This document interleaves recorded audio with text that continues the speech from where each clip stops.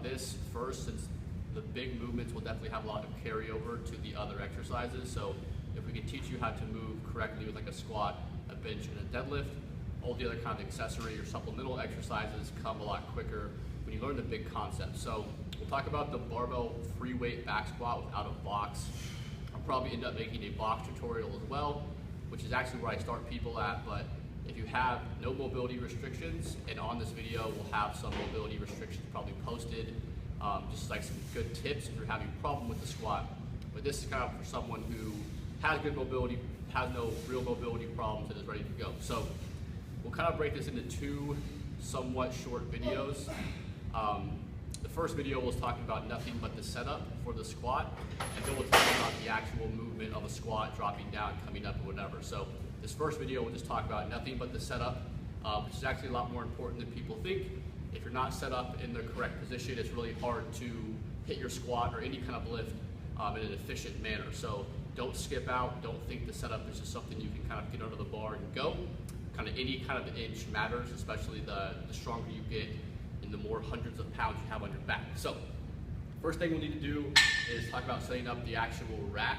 You don't want it too high so that you can't get under it, and you don't want it too low that you have to do like a mini squat. So this is actually a little bit too low for me. It's right above like my nipple line, but the next level is too high for me. So I'd recommend, if you can't kind of get in between, like I can here, to go a little bit lower. That way I can still get tight. I may have to kind of like squat it out a little bit, but that's better than having it too high. I kind of have to get on my tippy toes to get it out. So this is the kind of the first position I would get. I also would recommend not squatting towards a mirror. So you see a mirror is right behind me, so I actually flip this around. That's just because we'll talk about kind of eye position in the second video, but you don't want your eyes kind of wandering. You want to find a mark somewhere and not have a lot of head movement. So it helps me to not directly see a mirror right in front of my face. So first thing you'll do, set it up so it's probably right, I would say right where your clavicle is, or your collarbone is a good place for people to see it. That's about the perfect width you want, or the perfect height you want. The second thing we'll talk about is your hand position on the bar. So a lot of bigger guys will take a really, really wide grip, and that's not a great idea because you want it to be really tight in your upper back. So the closer you can get your hands in, the tighter it's going to be. And you'll see that as you kind of bring your hands in, you can feel a tightness on your upper back. So there's usually some knurlings and some marks on most barbells. I tell most people to start with maybe like their index finger on these knurlings and see where that feels as a good kind of starting point. And then from there, depending on like your shoulder mobility, if you have good mobility, you can probably bring it in a couple of fingers. And if you have a kind of poor mobility, you have to bring it out. But the important thing is that you're getting as tight as you possibly can. Okay, so the first two parts, again, setting up where the squat rack is, about your clavicle, starts. In the second part, again, we talked about your actual hand position. So again, I'm gonna kind of take an average start position. That's almost exactly where I am, with my index finger being right here on the knurling. And you also have the option of either wrapping your thumb around the bar, kind of like you normally would when you're gonna press something, or you can do kind of like a false grip is what I call it. So my thumb is not actually around the bar. The false grip kind of helps people get their elbows underneath the bar. So that's kind of what I recommend for people. But again, if you feel like it's kind of slipping, if you have the proper shoulder mobility, you can probably get away with wrapping your hand around the bar. So again, I'm gonna start with my index fingers right here.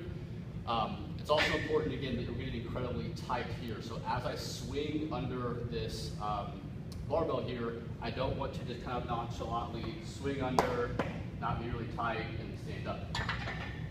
It should feel pretty uncomfortably tight as you're getting set up. So I'll start with a low bar setup first, and we'll talk about the difference between a low bar and a high bar. So the low bar setup, I'm actually going to kind of jam this bar up against this rack here to get really tight. And then I'm going to set my left foot against the ground, and then you'll see here how my elbows swing under this barbell. So I want to think about kind of externally rotating at my shoulder and bringing my elbows underneath. So you see kind of how tight this barbell is against my back, and then just sliding this next foot here. So now you see, if I just kind of flinch this barbell and move, it doesn't take a lot of effort. So again, a fault you can see there is if your elbows are cranked way back. So if I start my squat like this, you're not going to be able to get as much tightness.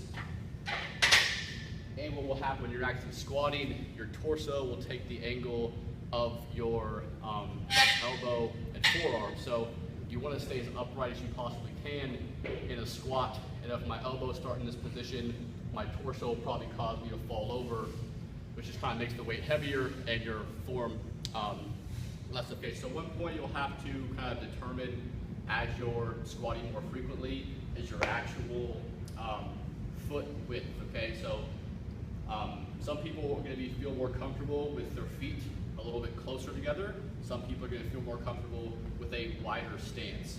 In general, if you squat with the bar higher on your back, you're probably going to want a more narrow stance. The lower on your back, you're probably going to have a wider stance. There are exceptions to this rule, and I'm being one of them. I have not a pretty narrow stance, but I have a lot more narrow stance than most low bar squatters. So if I'm going to squat low bar, I'm pretty much just outside shoulder width, a little bit toe flare. Most people who squat low bar are going to be quite a bit wider, and then again, anyone who's going to be high bar is probably going to be either shoulder width, or some people can even get away with a more narrow stance inside their shoulders. So that's just going to be something you have to play with. Also, your hip mobility is going to come into play there. The more mobile your hips are, probably the wider you're going to be able to get.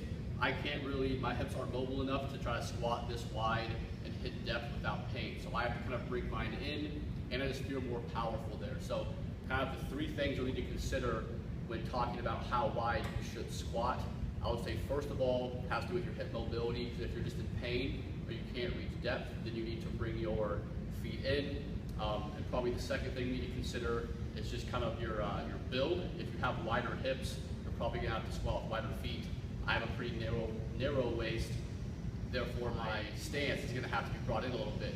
The third thing you'll probably have to consider there is how powerful you feel. A good place for people to start with their squat is just how they feel powerful. So if I told someone just to do a kind of a max vertical jump, but your foot position would be, you're just gonna jump as high as you can. That's a pretty good place to start for some people. Again, mine's a little bit more narrow. If I was gonna do a vertical jump, I'm probably out maybe 2 to 3 inches from that. That's just a good starting place. Those are the three things you should consider when picking your squat with the rack. So again, I'll swing my elbows underneath and trying to get as vertical as possible. Move my other foot here.